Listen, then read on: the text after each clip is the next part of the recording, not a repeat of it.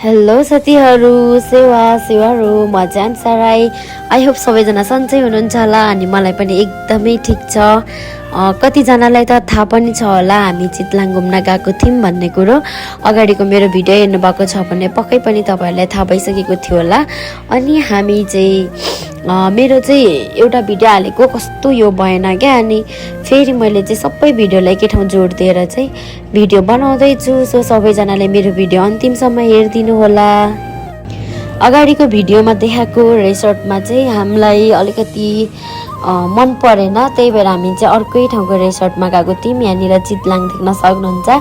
यति राम्रो ठाउँ साथीहरू, म तारिफ गरेर तारिफ गर्न पनि सक्दिनँ होइन। अब कति मान्छेहरू चाहिँ बाहिर बाहिर घुम्ने यताउता हुन्छ नि त यस्तो। मलाई चाहिँ पहिलो नम्बरमा चाहिँ आफ्नै नेपाल, आफ्नै जन्मभूमि फुल पुरै घुम्नु छ, त्यसपछि मात्रै बाँचियो भने अरूको देश घुम्न जानु मन छ है साथीहरू। अनि हामी चाहिँ लाइफमा फर्स्ट टाइम नै भनौँ न, अब शनिबार यताउता घुम्नु त हिँडिहालिन्छ, तर यसरी फ्यामिली टुर नै भनौँ न, सबैजना मिलेर चाहिँ फर्स्ट टाइम गएको क्या हामी पनि सबैजना। एक त सबैजना परिवार एकसाथ, अनि मिल्ने दिदी दाई साथीहरू, अनि हामी सँगै जानुहुने। उहाँ दाई त झन् कति धेरै मिल्नुहुने क्या, अनि यस्तो एउटा फ्यामिली जस्तै भएर गएको थियौँ नि त हामी चाहिँ। त्यही भएको कारणले गर्दाखेरि पनि हामीलाई चाहिँ सुनमा सुगन्धै भयो, यस्तो धेरै रमाइलो भयो साथीहरू होइन। अब यहाँ मैले देखाएको सम्पूर्ण भिडियोको तारिफ त म वर्णन त गर्न सक्दिनँ, त्यही पनि मेरो मनमा लागेको कुराहरू, मैले अनुभव गरेको कुराहरू चाहिँ म तपाईँहरूलाई भन्दैछु। यति रमाइलो गऱ्यौँ कि साथीहरू, यति रमाइलो गऱ्यौँ कि होइन। हामी चाहिँ 2 दिन बसेर आएको, अनि हामी बसेको रुम चाहिँ यस्तो राम्रो थियो कि हेर्नु न, बारदली पनि थियो होइन। अनि बिहानै उठेको क्या, अरू बेलामा 9-10 बजीसम्म सुत्ने मान्छे पनि। आज भने चाहिँ म 5 बजी उठ्देको क्या साथीहरू। अनि बिहानै उठ्दाखेरि त रातभरि पनि पानी परेको, मैले त झन् झ्यालहरू सबै ओपन गरिदिएर सुतेको। अनि यस्तो राम्रो भ्यू देखेको थियो कि यहीँ बस्नु मन लागेको कि मलाई चाहिँ यहीँ बस्नु मन लागेको। अनि यति राम्रो मौसम, घाम त्यति धेरै लागेको पनि थिएन। अनि तपाईँहरू कतिजनालाई चाहिँ थाहा छ कि छैन है, यो घर चाहिँ टिकटकमा एकदमै भाइरल छ नि है। अनि हामीले चाहिँ अब बिहान उठेपछि चाहिँ अब मजाले फ्रेसेस भयौँ, रेडी भयौँ। अब हामी चाहिँ आजको 1 दिन मात्रै थियो नि त हामीसँग टाइम। आज नै हामी सब ठाउँ घुम्नु पर्ने थियो क्या। तर अरू ठाउँ घुम्न जानुभन्दा पनि नि साथीहरू, मलाई चाहिँ यही होटलमा यही ठाउँमा चाहिँ कति धेरै बस्नु मन लागेको क्या। मलाई चाहिँ कस्तो धितै मरेको थिएन। अब जाँदाखेरि त हामी राति पुगेको थियौँ, अनि होटल खोज्यो बस्यो होइन, सामानहरू मिलाउनु। अनि र पनि हामीले धेरै रमाइलो गऱ्यौँ। हामीले चाहिँ आफैले केही सामानहरू पनि लगेर गएको थियौँ, खायौँ मस्तले। एकछिन त कति धेरै नाचेको पनि। अनि यहाँनिर चाहिँ बेलुकाको 9:45सम्म मात्रै रहेछ क्या त्यसरी म्युजिक बजाएर रमाइलो गर्ने चाहिँ।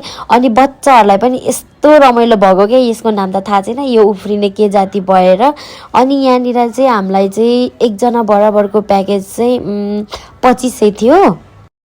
अनि त्यही 2500मा चाहिँ एक रात मजाले सुत्ने, मजाको बेडरुम, त्यसपछि चाहिँ मजाको मिठो बेलुकाको खाना, बिहानको खाजा मजाले क्या साथीहरू त्यहीँ पाउने। अनि यहाँको एउटा सिस्टम यति मन पर्यो कि मलाई, यहाँ बफ सिस्टम थियो नि त। अनि यस्तो मजाले खायौँ क्या हामीले चाहिँ। अब त्यो सिस्टम नभएको भए त अलिकति माग्नु अप्ठ्यारो हुन्छ नि त, कसैलाई त अनकम्फर्टेबल हुन्छ। तर यहाँ चाहिँ बफ सिस्टम भएको कारणले गर्दा हामीलाई चाहिँ झन् धेरै कस्तो मन परेको। अनि अहिले चाहिँ हेर्नु न, हामीले आफ्नो झोला बोकेर रुम छोडेर जाँदैछौँ। अनि यहाँ आन्टीसँग चाहिँ म के कुरा गर्दै थिएँ भने, कहाँको मान्छे, कहाँबाट भेटेर कहाँ घुम्न आएको है आन्टी हामी। अब आन्टीहरू चाहिँ चितवनको, म भरे ओखलढुङ्गाको। अनि हामी यो काठमाडौँको ठाउँमा, यो अन्जान सहरमा चाहिँ हाम्रो भेट भयो होइन। अनि हामी चाहिँ एउटा फ्यामिली जस्तै छौँ क्या अहिले चाहिँ, एकदमै मिल्ने साथी भने पनि, मेरो जे भने पनि उहाँ नै हो क्या, आन्टी नै। उहाँको र मेरो सल्लाह मिलेपछि कुनै कुरा पनि हामीले चाहिँ नो चाहिँ हुँदैन क्या हाम्रो तर्फबाट चाहिँ। अनि अहिले चाहिँ हामी यहाँ पेमेन्ट गर्न लागेको। अनि हाम्रो चाहिँ टोटल सबैजनाको चाहिँ समथिङ 25-26 हजार भएको रहेछ एक रात बसेको नै। अनि त्यहाँनिर हामीले चाहिँ पैसा पेमेन्ट गऱ्यौँ। त्यसपछि चाहिँ हामी सिधै लाग्यौँ मोहिनी झरना, यहाँको एकदमै फेमस ठाउँ, एकदमै राम्रो क्या। आमामा म त होइन, अब गाउँघरतिर बसेको मान्छे, अनि अब यता सहरतिर आइयो घुम्यो बस्यो खायो। तर यस्तो राम्रो ठाउँ चाहिँ मैले मेरो जिन्दगीमा फर्स्ट टाइम गएको थिएँ नि त, त्यही भएर पनि म ओभरै एक्साइटेड पनि भएँ।